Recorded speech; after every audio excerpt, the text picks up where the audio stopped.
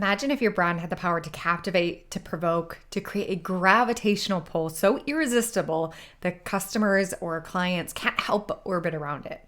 This isn't a hypothetical scenario, but a science-backed reality. Can be. I'm your host, Kaye Putnam, to help you navigate this space of branding and psychology. Welcome to the Brand Gravity Show. Today, we're lucky to journey into the compelling intersection of evolutionary psychology and digital marketing with an authority who has not only carved a niche, but defined an era in his field.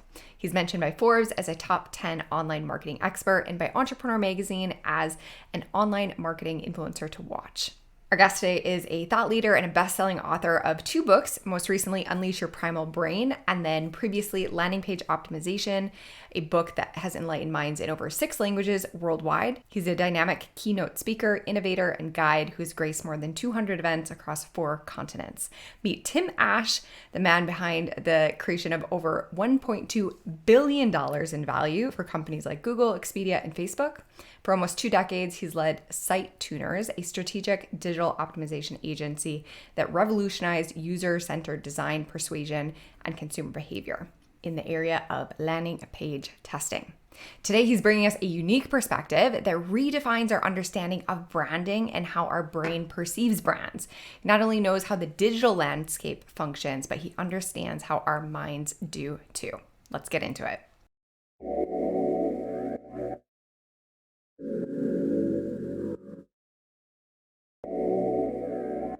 Tim, thank you so much for being on the Brand Gravity Show. I'm so excited to dive into this conversation.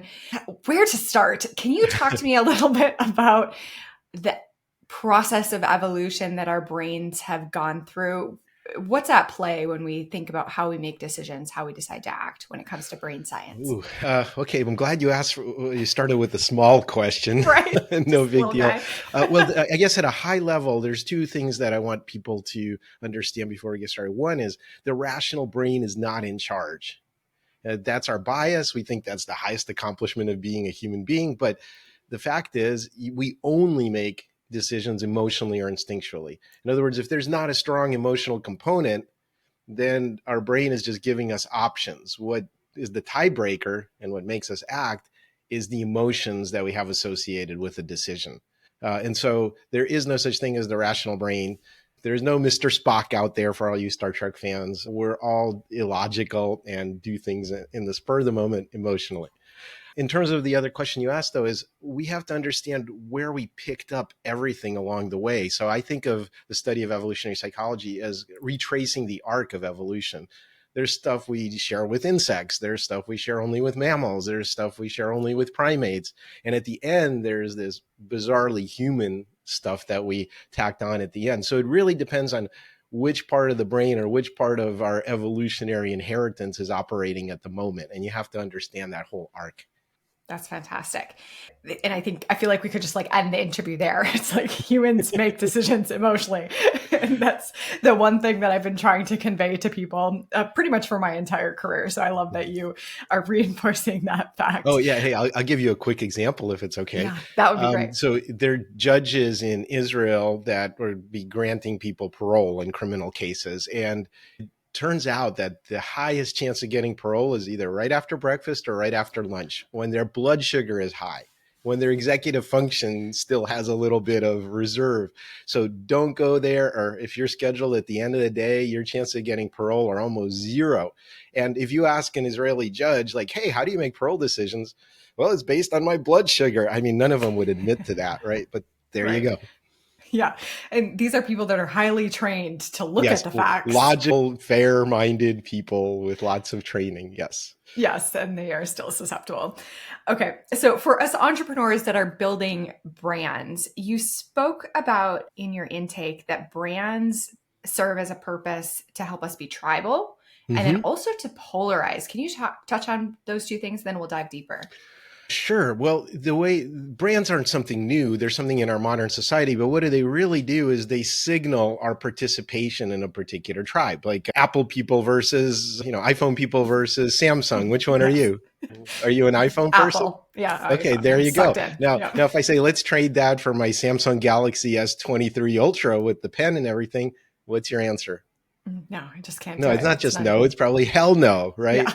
Yeah, because you're part of the Apple tribe. So brand is really kind of a tribal allegiance. And the stronger your attachment to that tribe, the more effective the brand is.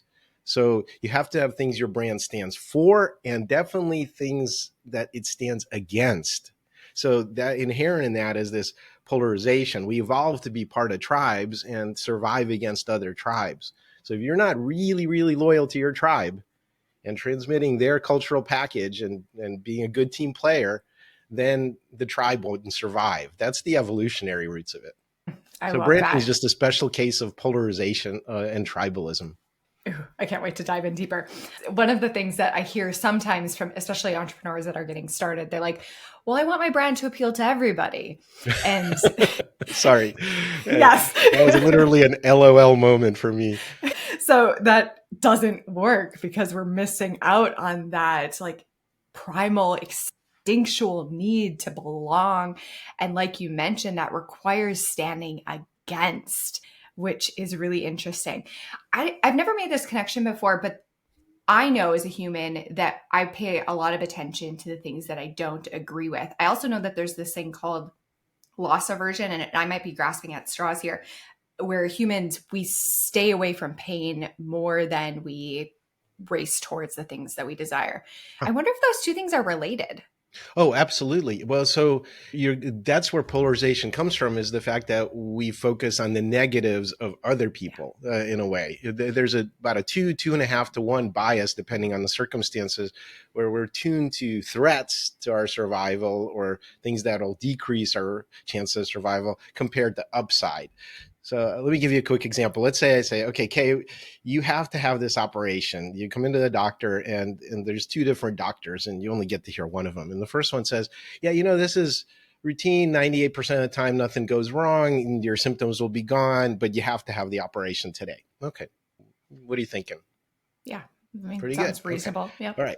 Second doctor, without the bedside manner training class, comes in. I mean, then actually, this is again the first time you'd hear this guy, and he says, "Yeah, you have to have this operation today. Yeah, and 2% of the time, stuff's going to go wrong. There's a slight chance, well under 2% that you'll die on the operating room table, but you have to have this done today. Now, how are you Like, feeling now?" very apprehensive. No, thank you. Yeah, very apprehensive. I just gave you the same odds. 98% of the time, stuff's going to be fine. But we focus on the negatives because the consequences of a threat to our survival get our full attention. So, what I Yes. always tell people, there's a lot of marketers that say, well, that's off brand for us. We only say nice stuff. We're the nice brand. And to me, that's fighting with both hands tied behind your back. So you have to actually use both positive and negative stuff. The Mm-hmm. worst thing you can do is stay in the middle where I don't care. And the default response of the brain is conserve energy and do nothing. But what you want to do is kind of bounce me almost like a car shock absorber going over a bump. You have to take me down, bounce me back up, and then the amount of perturbance I feel, that's the amount I'm willing to pay to solve my problem. That's how much I care. So you have to Mm-hmm. take me down into the depths of hell and out into the light of heaven. And then the difference between those is how I value your solution to my problem. Yeah, it sounds like that's where a lot of the motivation to act will come from. If our Yeah. default is to ignore and to not do anything because our brain is conserving energy, we need to motivate people. To agree with you on that, the thing you have to understand is the brain is an ignoring machine. Yes. 99.99999% of the sensory input you're getting, or even your internal thoughts, the right answer is do nothing, because it's not just the energy the brain requires, but to actually physically move or respond to anything also requires mechanical energy. We're wasting Yeah. calories that way too. So most of the time it's do nothing. So you have to move me off of my comfortable spot in order to get me to act about on anything. Yes. Amazing. Okay. I don't want to get too far away from polarization because I want to dive into this. Is there a possibility that all of those politicians that enrage us are actually doing the right thing when it comes to building their personal brand? And why can't we just all get along and be reasonable? Wow. Okay. So on the political side, I'd say my judgment is that we're in one of these 80 to 100-year crisis cycles right now. So Yeah. nothing is working. Things are polarized. They are broken. And we just have to break things to reform them in a new way. It may not be pretty, and some of us aren't going to get what we want, but that's just the historical times we live in. But you're absolutely right that polarization has a well-written playbook. There's somebody, sociologist, did this research on like the 14 signs of fascism. Like if you want to take over a country, you just like denigrate the arts, suppress labor movements, marginalize certain minority groups. There's a whole playbook for doing that. Yeah. But at the heart of it is what I call the polarization toolkit. There are 5 strategies that will reliably motivate any tribe to become more cohesive. Okay. And the first is create uncertainty, which a lot of politicians do. It's like, oh, stuff's really horrible and you don't know what's happening, right? Create uncertainty. Peer pressure. You see the behavior of other people around you, how they're acting. Synchronized group activities, whether it's going to a march or a rally or storming the Capitol, whatever your flavor that is, that's a synchronized group activity, for better or worse. Another one is difficult initiations. If something's too easy, we don't value it. If we have to struggle in a group to overcome obstacles, then that initiation process makes us value being in the tribe. Those aren't always healthy, like you say, using negative examples, say a gang jump in or a fraternity hazing. I mean, everybody always tries to get rid of fraternities. Never going to happen, because the tribal bonding that happens in a difficult initiation makes those very sustainable. And finally, the Mm-hmm. example of the leaders. They have to embody the cultural values of your tribe. So you put all 5 of those together, and that's a reliable way to polarize any group. And there's people that are sophisticated enough psychologically that they use them very intentionally. So the question is, are Yes. you using them for good or evil, basically? That was going to be my next question. So let's assume that we don't have nefarious purposes and we're not one of the ridiculous politicians that we all hear about on the news all of the time. And we're a brand builder that wants to build more of a culture, more of an in group around our business. Can you think of some Yes. examples of how to use some of those different elements? Sure. Well, you have to, if you want to think of polarization in a company, there's 3 levels. If I know some of your audience are, solo entrepreneurs and smaller businesses, but basically it's within your management team. You could have polarization across different departments or functions within the company, and that starts pretty early, even with a few employees sometimes. And then you can also have a polarization between what your company does and believes and the audience you're trying to serve. So your target market might have very different values and tribal beliefs. That can often be a problem. So the first step I talk about when building primal brain companies is tribe spotting. Understand what all the tribes are in your environment. A lot of times they're overlapping tribes. Like you're a member of the iPhone tribe, you're a member of the East Coast tribe versus my Yeah. West Coast tribe where I live in San Diego. So our employees and our customers are bringing this overlapping package of tribal allegiances with them to whatever situation they're in. And so understanding which ones are the most powerful, which ones are currently activated in your environment is really important. The thing that brand builders can do, or small business people, is the next step is to define your cultural package. What do you actually stand for? Mm-hmm. And by cultural package, I don't mean like what you like to watch on Netflix or your Spotify playlist. I mean beliefs, behaviors, values, processes, language, rituals, all of that. How do you signal what your tribe stands for? So very, very deliberate about that. It's not the same as like, oh, here's a branded coffee mug with our company logo on it. That's not going to build much loyalty. I'm sorry.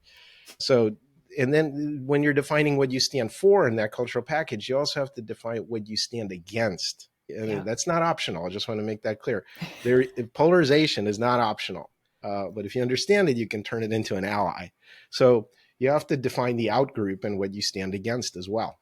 Mm. And then Yes. you use those 5 strategies I mentioned to positively polarize your tribe: uncertainty, peer pressure, synchronized group activities, difficult initiations, and the example of the leaders.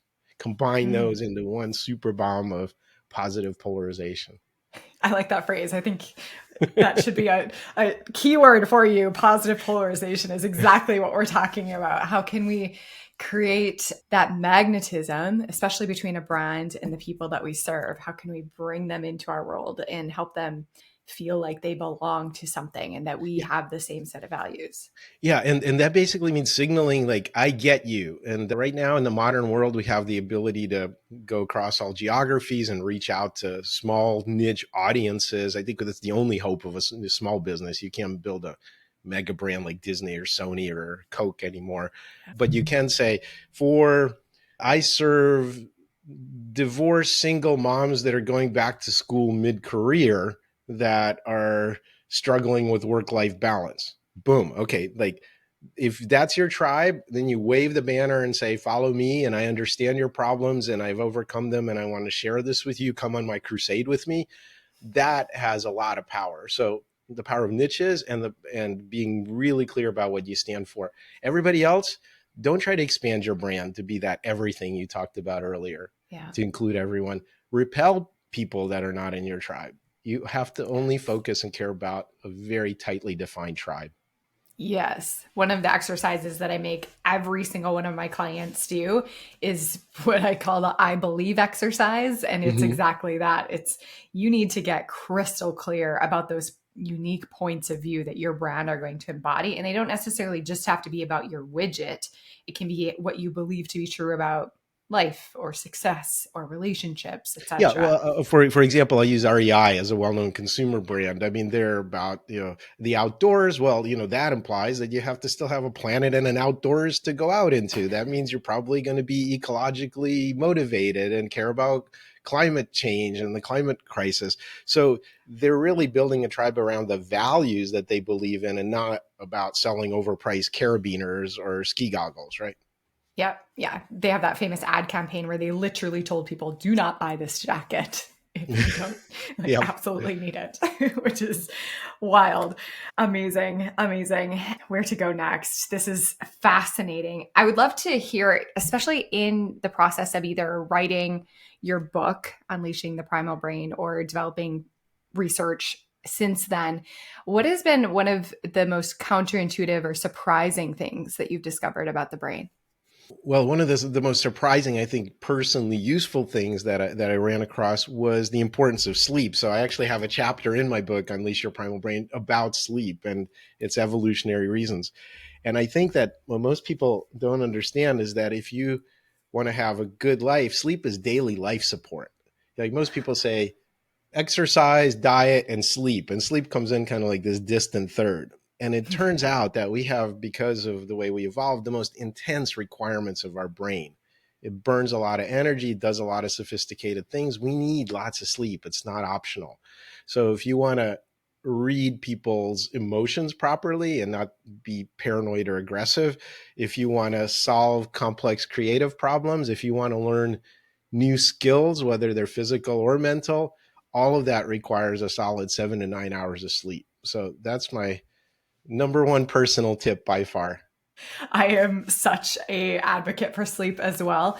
And I've had the amazing experience of becoming a mother twice, but Mm-hmm. in both of those like postpartum times when you just naturally aren't getting great sleep, I remember those days. I don't even recognize myself in those months after giving birth. My goodness, like I was a shell of a human and literally felt like I was coming back to life once I was starting to get more regular sleep. It's a Yeah, and really, again, you can see the negative intentional use of that is like, how do they torture people?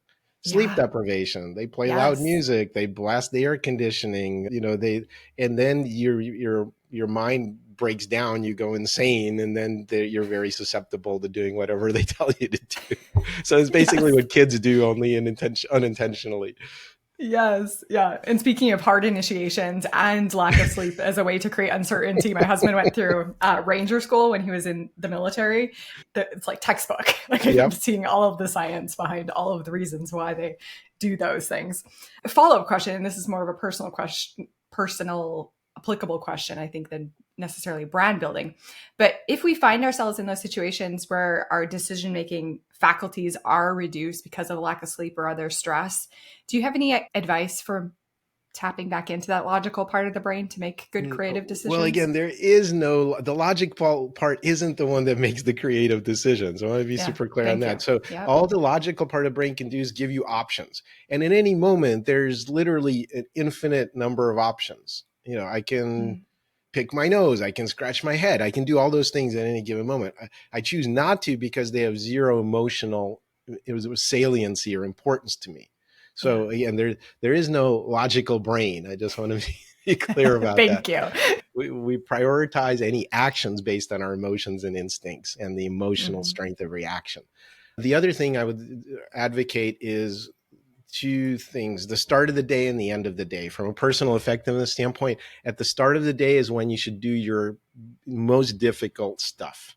If you're Yeah. doing your inbox and scrolling through your Instagram feed and you're putting off the hard stuff because you're just easing into your day, that's the biggest mistake you can make. Kiss the big frog first. Okay, do the ugly thing you don't want to do, because that's when your executive function and whatever remaining reserves of self-control are still online, just like those Israeli judges, right? At Yep. the end of the day, it's no longer working and you're not going to make your best decisions. Mm. And then on the bookend side of that, before you go to bed, unload up your brain with whatever kind of creative or difficult idea you have. So consciously put that into your head. And sleep, if you do it properly and consistently, will actually improve creativity. So often you'll just have that solution to that problem in the morning Yeah. because your brain wired it up and you kind of primed it to work on that problem. So again, related to Amazing. sleep, but hard problems at the beginning of the day, challenging problems to kind of noodle on while you sleep. Your brain's very active. Amazing. And such a good example of how we can work with the way that our brains have evolved instead of working against them. I'd love to touch on storytelling. You call it a mind meld between brains. Mm. Can you talk about that a bit? Yeah, again, I have a whole nother chapter in Unleash Your Primal Brain about storytelling and its evolutionary roots. And basically, what we storytelling does for us is it lets us get life wisdom without paying the price of getting it. So if I say, hey, Kay, if you keep going down this forest path and you get to the fork in the road, on the left side is a nice pool of clean water. On the right side's an angry mama bear and her cubs. Okay, I just saved you a lot of pain. Okay, so what we do is when someone is telling us a story, are the same parts of the brain literally get activated. You're mind melding with someone else. You're getting their secondhand experience, but it's really like firsthand experience. So it's Yeah. really everything that we do is usually in story form. Every movie ever made, every story ever told, it's like things were okay, problem happened, I overcame the problem, here's what the lessons I learned, right? That's the hero's journey. Like and that's for conveying that information of what did I learn that might be useful to you. That's why most characters in movies are human, or at least have cute cartoonish animals that have humanoid tendencies, because we're really learning from the experience of other people. And as a brand that's trying to be memorable and to connect with people on that emotional level, telling stories is crucial because it's how we actually engage with the material. Absolutely. In fact, let me tell you a story. So, stories are also very important to understand from the context of the belief systems of your tribe and your brand. Let me tell you a quick objective story. The matador steps into the center of the arena. The bull charges at him. He deftly moves his cape aside and plunges the sword between the shoulder blades of the animal, killing it instantly by hitting its heart. Okay. Now, that I could record with a video camera. It's objective reality. But depending on what your tribe is, you're going to interpret it very differently.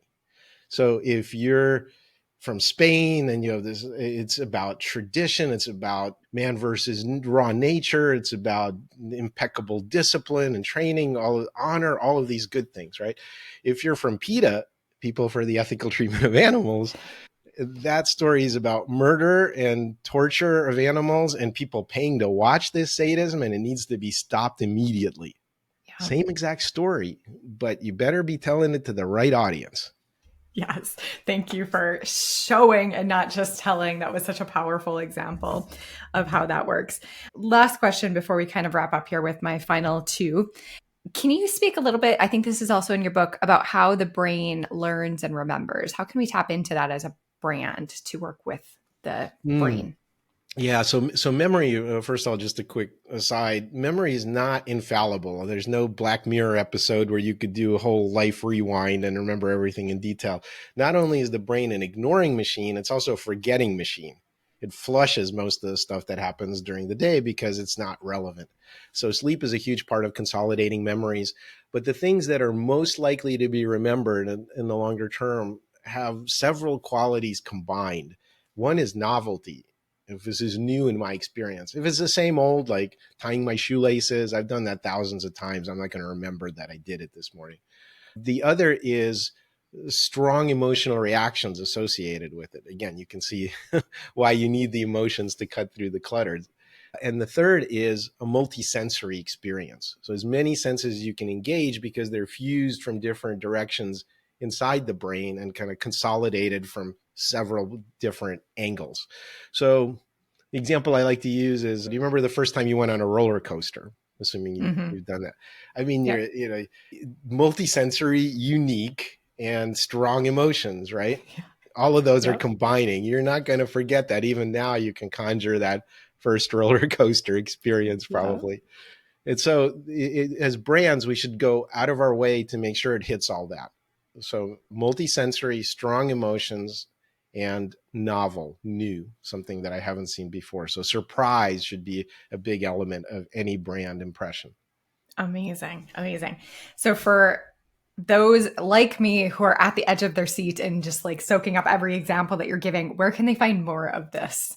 Where Oh, can they easy learn enough. more? Just go to primalbrain.com. That's my website. And you can get my book, several different translations of it, ebook if you prefer, or if you want to spend 5 hours listening to this voice, you can also get the audiobook on Audible. Fantastic. And Tim, if you could give just like one piece of advice to the entrepreneur that's listening to this show, what would you suggest that they do? Niche down and get very, very specific about the audience you serve. You need to know them intimately and you need to forget about everybody else in the world. A brand is like jam on bread. If you spread it too thin, you can't even taste it. So focus on your target audience, understand who they are, live it, breathe it, be an advocate for them. Amazing. Thank you so much. I enjoyed this conversation immensely. Thank you for taking the time and sharing your wisdom. It was my pleasure, Kaye. What an incredible conversation we've had today with Tim Ash. If this journey through this intersection of branding, psychology, and digital marketing has left you wanting more, Tim's best-selling books, Unleash Your Primal Brain and Landing Page Optimization, are just the ticket. They're full of insights, stories, more examples, practical tools that'll help you tap into the potential of your brand and truly make it irresistible. Check out the show notes for links to his books. And if you enjoyed our chat today, can you do me a favor? A quick rating and review on Apple Podcasts or wherever you listen would mean the world to me.